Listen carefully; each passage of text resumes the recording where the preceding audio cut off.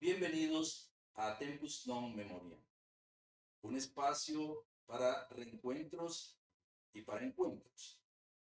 Mi nombre es Heriberto Ordóñez y estamos hoy con Guillermo Fernández. Un verdadero placer para nosotros y gracias, Guillermo, por aceptar esta invitación. Vamos a hablar hoy un poco sobre tu obra, acaso sobre tu vida, que la obra es parte de la vida. Y sin más preámbulo, iniciaremos diciendo que Guillermo nació en el 62, acá en San José de Costa Rica. Él se graduó de filosofía de la Universidad de Costa Rica, es máster en docencia universitaria y ha sido galardonado tanto en poesía, que es su primera novia, digamos, en el ámbito literario, pero también en cuento y en novela. Ha escrito en poesía La mar entre las islas, su primera obra, con la cual ganó el Joven Creación en 1983. Más tarde, Atrios en el 94, Estocada Final en el 97, Danzas en el 2002, Hojas de Ceniza en el 2017 y ganó el premio Rogelio Sinan en 2020 en Panamá con su obra El País de la Última Tarde. En cuento, tiene publicados también Efecto Invernadero en el 2001, un ángel en el 2002, Tu nombre será borrado del mundo, de la editorial Arboleda. En novela, también tiene la novela Babelia en el 2006, Nebulosa.com en el 2007, Ojos de Muertos en el 2012, Te busco en las tinieblas en el 2014 y El ojo del mundo en el 2019, con la cual ganó también otro galardón del cual nos hablará Guillermo dentro de poco. Así pues, 4 de sus libros forman parte, además, del programa de estudio del Ministerio de Educación Secundaria, con lo cual podemos decir que es de los pocos autores publicados en las últimas 2 décadas que tienen el privilegio de ser leídos efectivamente por la juventud costarricense a través de las publicaciones que se hacen en las distintas editoriales que distribuyen textos para los educandos. Inicio, Guillermo, eh, preguntándote cuáles son los autores que vos considerás han sido los pilares de tu producción literaria. Claro, Heriberto. Bueno, primero muchas gracias por la invitación a esta tertulia que has iniciado y que me parece muy afortunada. Fue en la secundaria donde yo empecé ya a leer formalmente algunos autores y recuerdo pues obviamente a Becker con mucho cariño, con sus rimas y leyendas. Las leyendas para mí fueron algo impresionante. Obviamente ya después vinieron otros autores y conocí a todos los autores, algunos autores costarricenses en los compendios o antologías que había en ese momento. Por supuesto, Jorge Bravo, el famoso poema Soledad Sonora de Alfonso Chávez. Los muy buenos poemas de Isa Felipe Sofeipa, Eunice Odio y otros poetas costarricenses muy buenos, indudablemente muy buenos.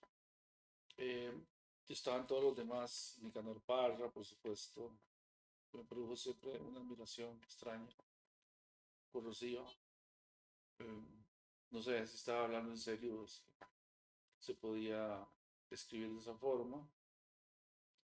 Huidobro, por supuesto, Pablo Neruda, leí incansablemente a Pablo Neruda, ya después, ya después de secundaria, casi que leí todo lo de Pablo Neruda. Era muy admirador de este autor. Creo que es un autor súper importante, quizás el mejor autor del siglo pasado, en lengua castellana, sobre todo por obras como Residencia en la Tierra.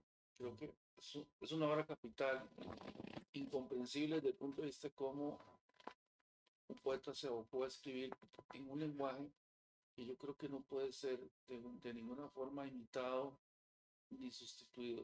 Las obras de los Residencias en la Tierra es un libro son libros a los que suelo, bueno, realmente son breves, no son tan largos, ¿verdad? Son libros normales de extensión, pero son como de tinte existencialista, ¿verdad?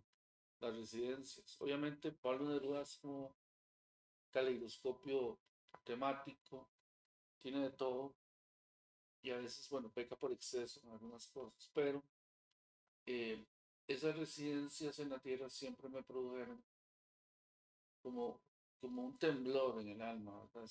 Es una poesía que resuena desde lo más profundo de la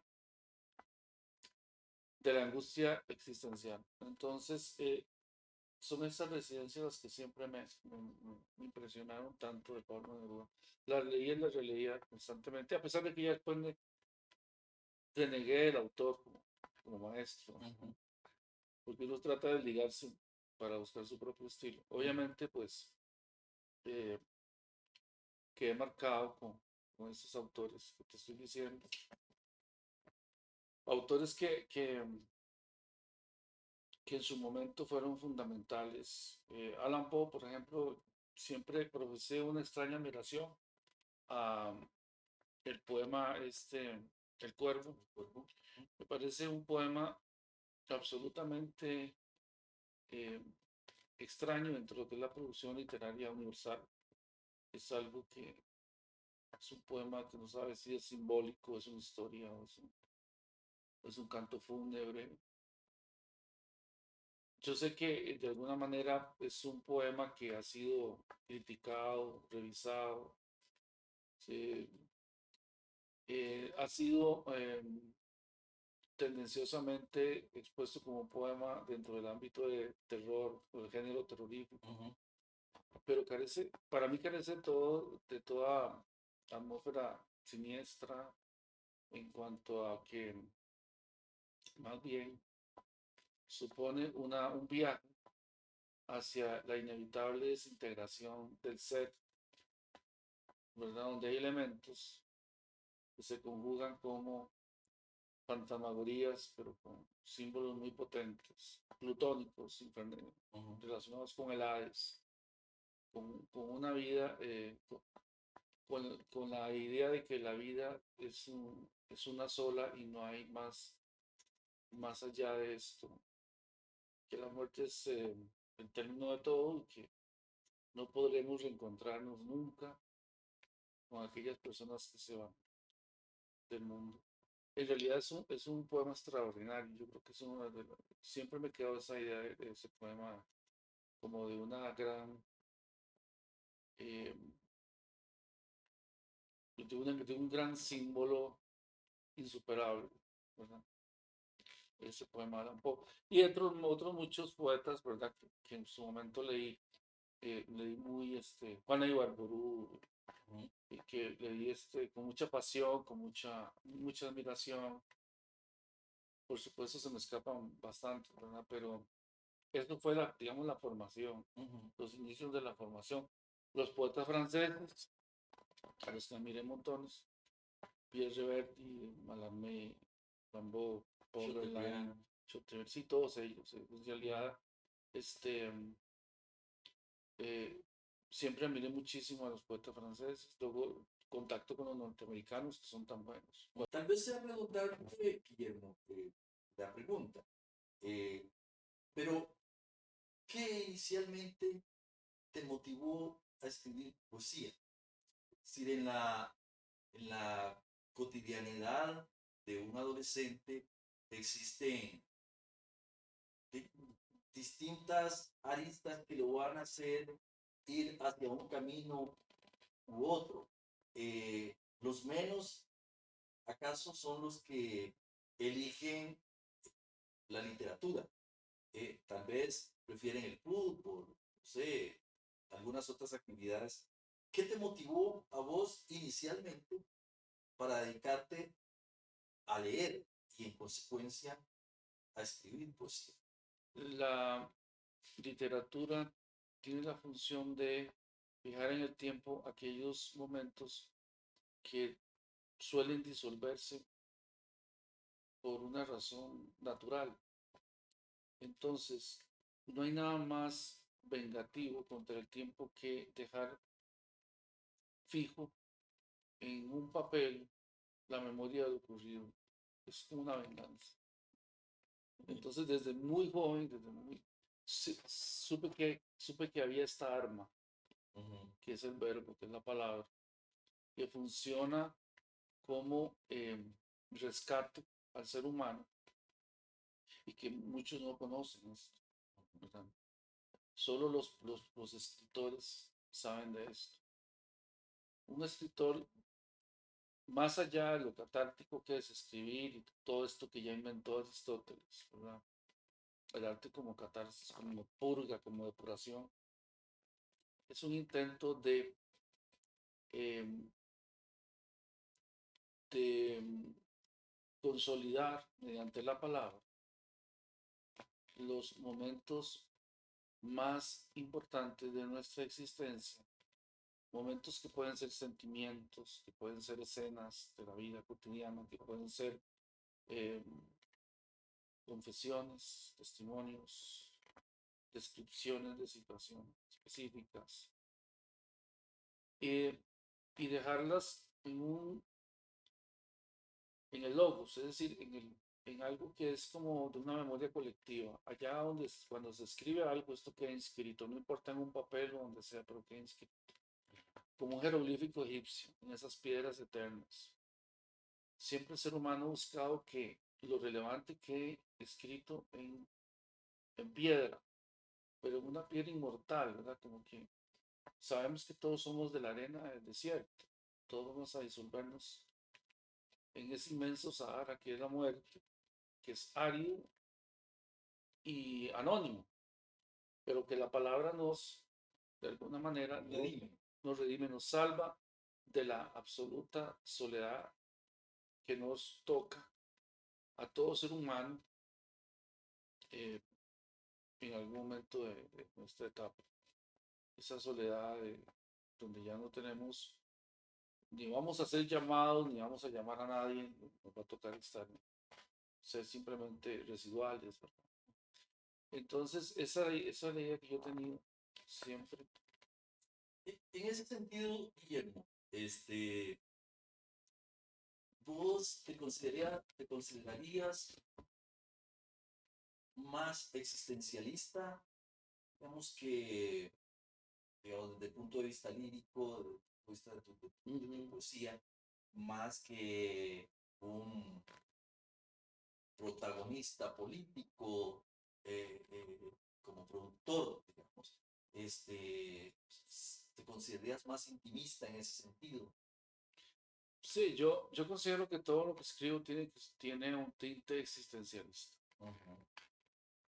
Yo soy muy de, yo estoy muy al lado de los filósofos de la existencia, ¿verdad? Los que pensaron en esto del hombre en el mundo, en sus relaciones, y cómo se percibe, cómo parece, perdón, de una angustia que lo hace ser consciente de su limitación.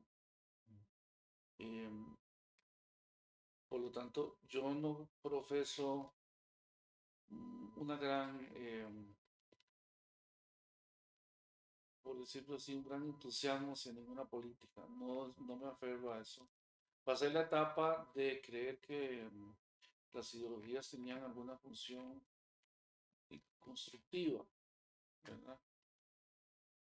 Soy pesimista en ese sentido y entonces me corresponde siempre del yo elaborar la, mi realidad despegado de entusiasmos falsos o fingidos acerca de si una ideología nos va a sacar de la miseria existencial. Ya está comprobado que las ideologías simplemente son máscaras que asumen el poder y el poder es ciego y primitivo. Y ya sea de izquierda o de derecha, están encaminados de alguna forma siempre a rebajar al ser humano y a convertirlo en un objeto. Y esta historia lo comprueba. Ahora, que me digan que eso esa es la realidad histórica, que las ideologías en sus principios son buenas. El problema es que el ser humano está contaminado siempre de su egoísmo esencial y cualquier cosa que toque, hasta el budismo, lo pervierte. Entonces, esa es mi idea. Yo sé que es un poco pesimista, pero a esas alturas de mi vida no puedo profesar falsos positivismos o creer que esto de la vida de la, de la sociedad tenga alguna solución.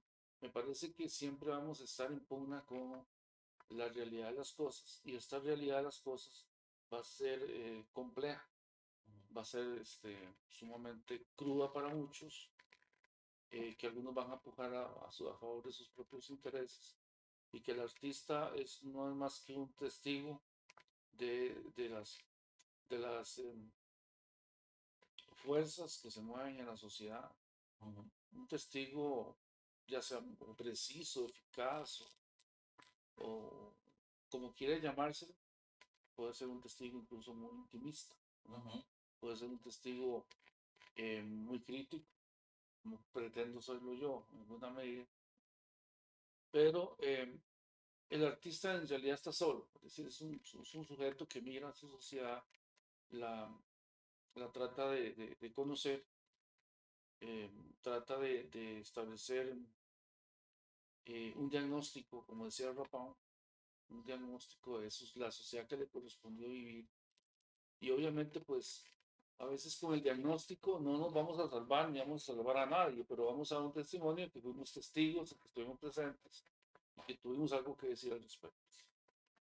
Ahora que mencionabas estos detalles, pensaba en septiembre de Leo Millet, y en ese sentido quisiera preguntarte, ¿tiene la literatura en general, arte, proceso artístico, una función social? ¿Y cuál crees vos que es esa? Y no solo la poesía, digamos, sino, y vos sos todo un narrador también, ¿verdad? ¿Tiene para vos la literatura una función social? Sí, sí la tiene. Yo soy muy aristotélico. Yo creo, todavía me pa- tengo la idea de que Aristóteles siempre tuvo la razón, por más que se haya revisado la teoría literaria y todo este asunto, y se haya relativizado hoy tanto la función del arte. Yo creo que el arte, como decía Aristóteles, ¿verdad? Tiene, bueno, hablando de la tragedia, pero lo podemos extrapolar al arte en general y a la escritura, aunque no sea tragedia. Creo que el arte tiene una función purificadora. A través de las obras artísticas, obras literarias, podemos conocer lo que sucede en el mundo. Antes, el mundo es un caos. Es decir, eh, visto el mundo como se observa cotidianamente, es una totalidad abstracta. El dolor es abstracto, la pena es abstracta, la, la miseria de las masas es abstracta. Nada es todavía un hecho relevante hasta tanto un escritor no lo revele. No sé si me explico. Cuando uno plasma por escrito lo que sucede en el mundo, esto ya es un descubrimiento para la gente. El mundo tal y como está se da por sentado. En cambio, el escritor, el poeta, lo que hace es decir, un momento, no vamos a dar por sentada esta realidad, no la vamos a asumir, esta realidad es el problema. Entonces el escritor problematiza la realidad. Cuando escribe algo que era tan insignificante, que podía pasar inadvertido, se vuelve de capital importancia, debido a que la palabra alumbra ese hecho. Cuando la palabra alumbra los hechos cotidianos, se vuelven relevantes, pero los hechos cotidianos por sí mismos son para todo el mundo indiferentes. Y una cosa es ver por ejemplo, a un pobre en una acera, y otra cosa es que escritor de calidad nos ponga a ese pobre en un cuento. Adquiere otra dignidad, es completamente diferente. O un asesino, ¿verdad? En manos de Dostoyevsky, por ejemplo. Eso es otro concepto del asesino. Eh, entonces, pero hay otro tipo de libros, ¿verdad? Que no necesariamente, que hay otra función del arte, perdón, que es imprevista o que tiene una repercusión sorpresiva, pero para cambiar estructuralmente la sociedad. Por ejemplo, yo veo, yo no sé, bueno, uno se puede tomar El Príncipe de Maquiavelo como un ensayo literario, y El Príncipe de Maquiavelo cambia la sociedad. Claro. Es adaptado por Bonaparte, es estudiado por generales, por estrategas, y uno lee El Príncipe, yo lo leo como una obra literaria. A mí me gusta leer El Príncipe y a veces yo lo retomo y me pongo a pensar qué gran sabiduría la de este hombre, ¿verdad? Maquiavelo. Encontrar que el hombre, el ser humano era así, y ciertamente yo no puedo negar que sea así, ¿verdad? Sí. O yo puedo leer algunas obras que ya han definido cambios completos en la sociedad.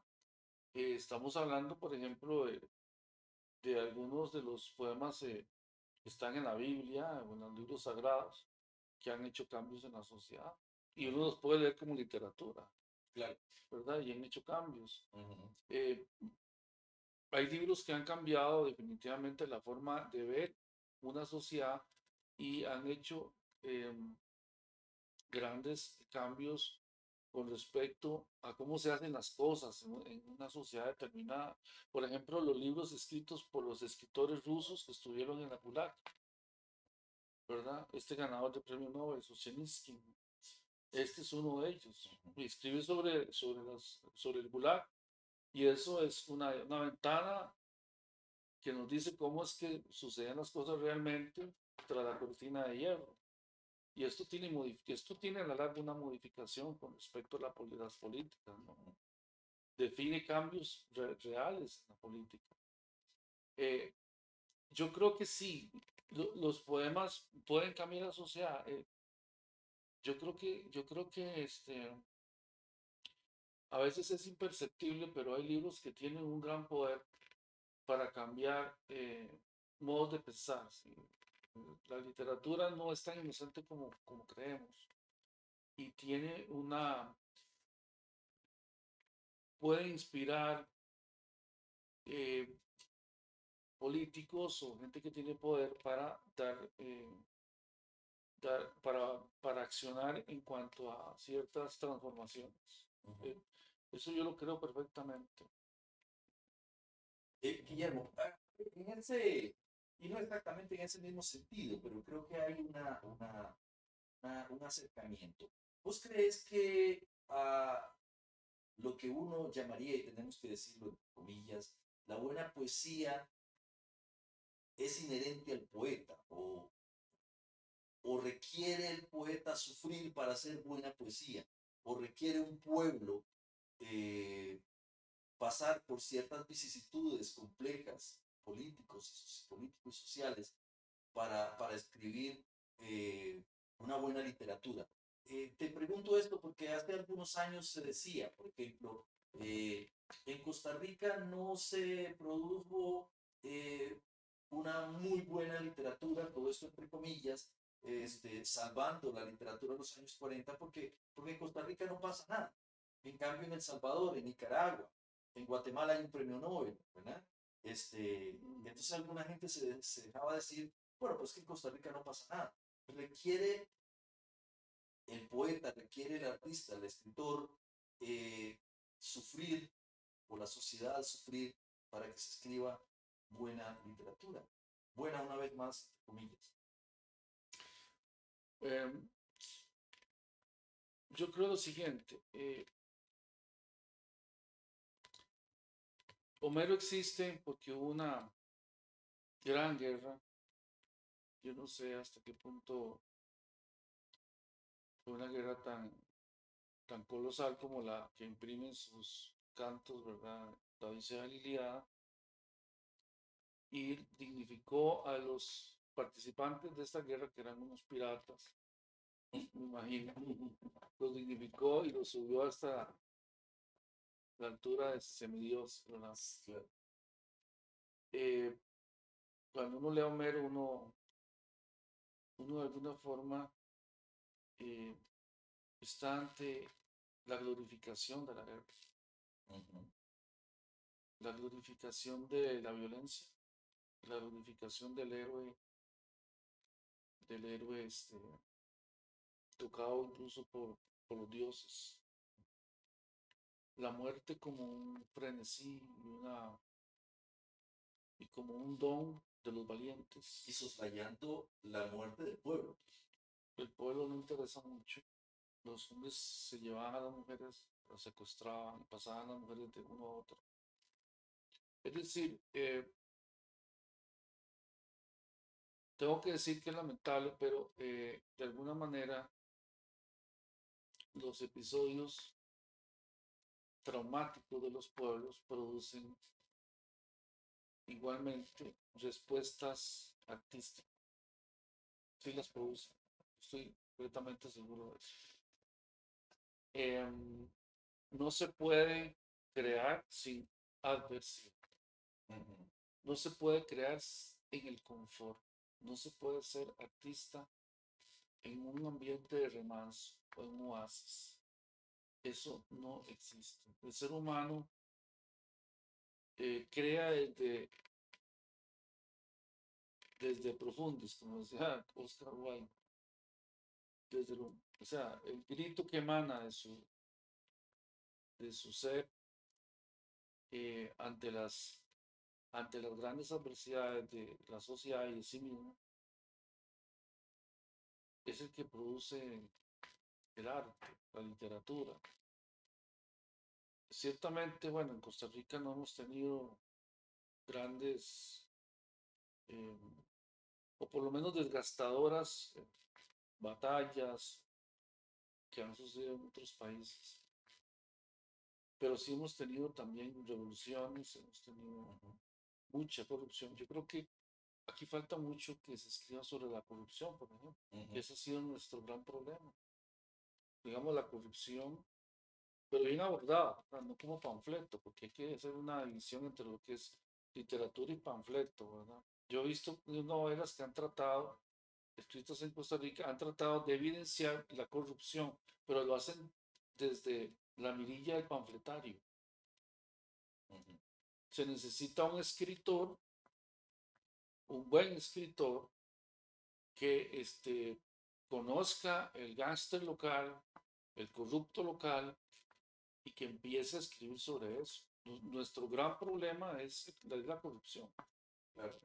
Y yo creo que está faltando ahí, están faltando ahí escritores que narren ese asunto, ¿verdad? Que lo hagan con autenticidad, pero que no, yo he visto novelas, como te digo, que son panfletarias, son mal escritas en el sentido de que no son, que hablan sobre asesinatos y sobre cosas, sobre movidas, ¿verdad?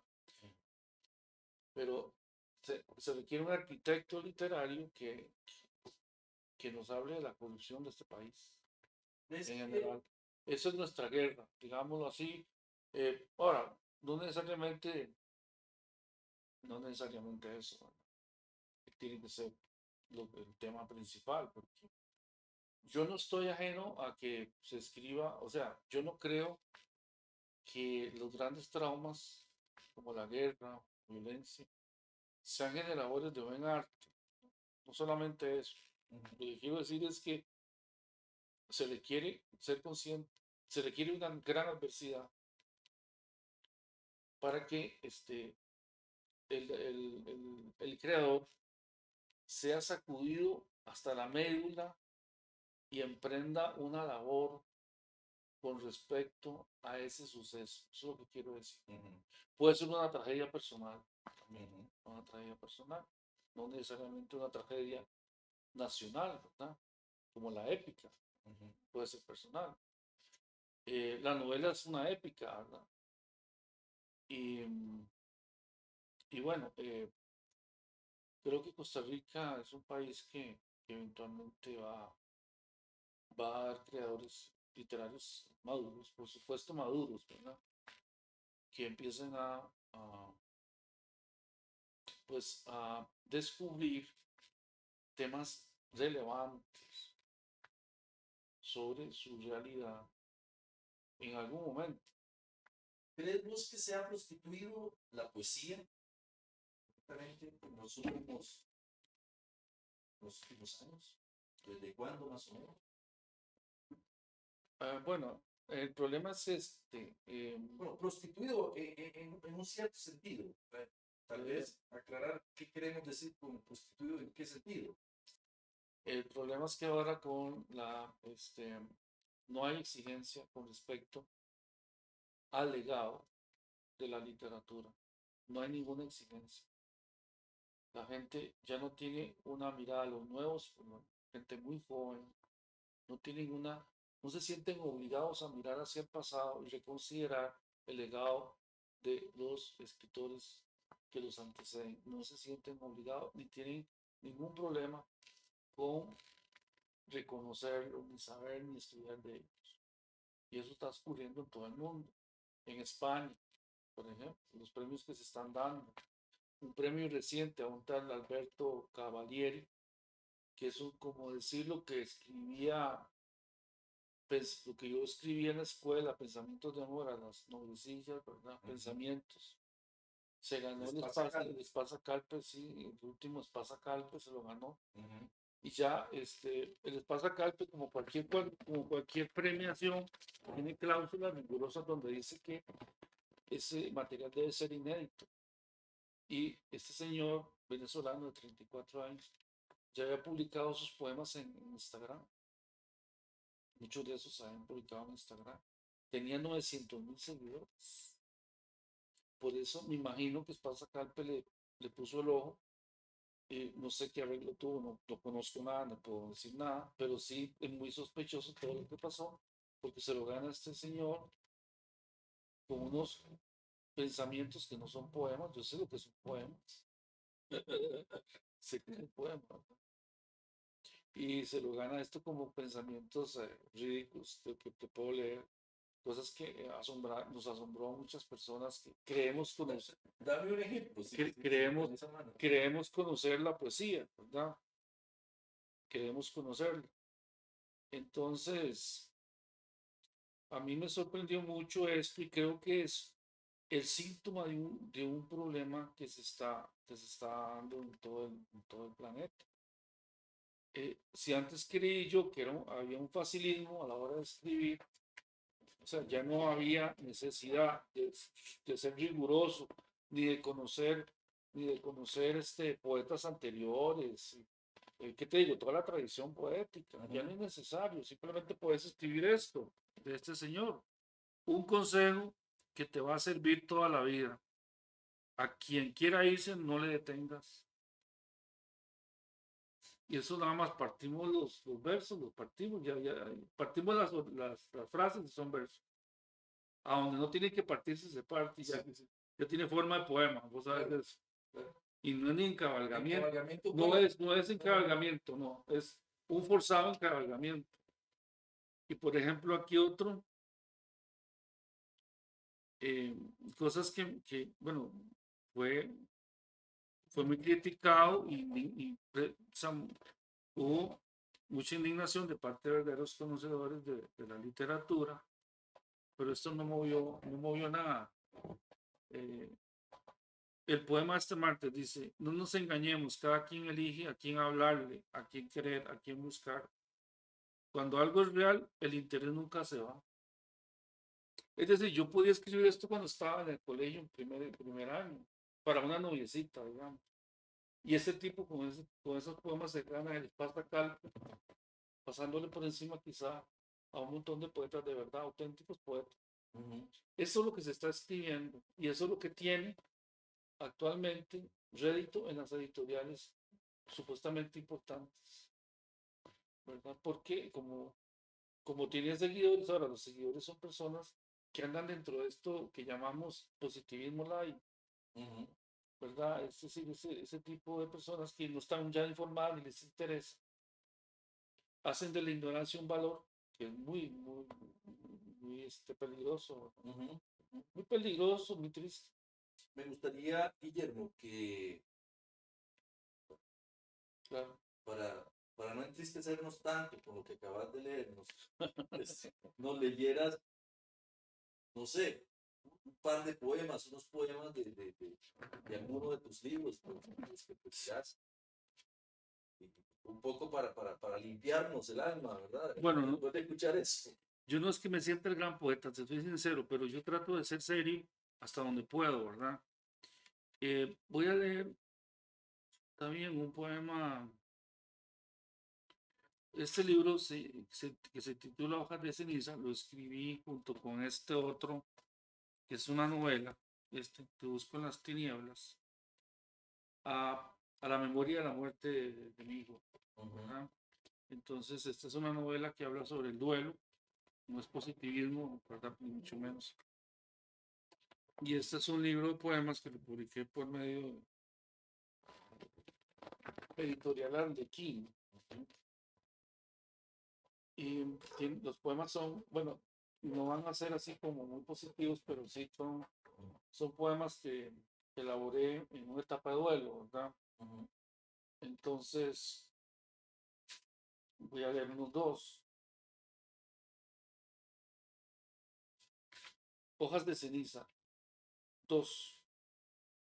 Tu ausencia dibuja nuevos miedos, nuevos rostros, extrañas callejuelas, letreros de un idioma impronunciable, soles que parecen dolientes que me llevan al entierro.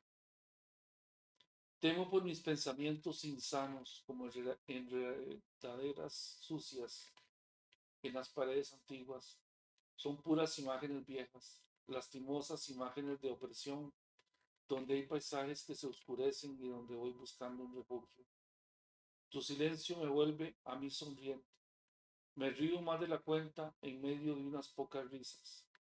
Y me vuelvo a ver las manos cuando escucho mis propias carcajadas. Me toco la piel, siento mis huesos más que nunca en medio de tu ausencia. Asombrado de este cuerpo firme, como si me lo acabaran de coser a la pura vibración de los átomos. Me acaricio en los baños, me gusta sentir que no soy de humo, como tu mirada, que busco tanto en la insoportable luz. Este es uno.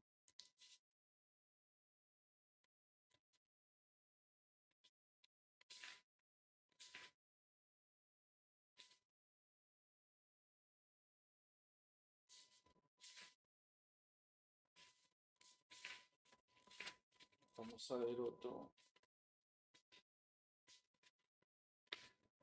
Poema 18. Yo no te puedo decir que sos mi amor muerto, que te hayas muerto vos, hijo mío. No mata mi amor. Incluso tu frío no mella el que mi amor aún te busque como la savia de mi vida fallida. Aprendí a oírme donde estés.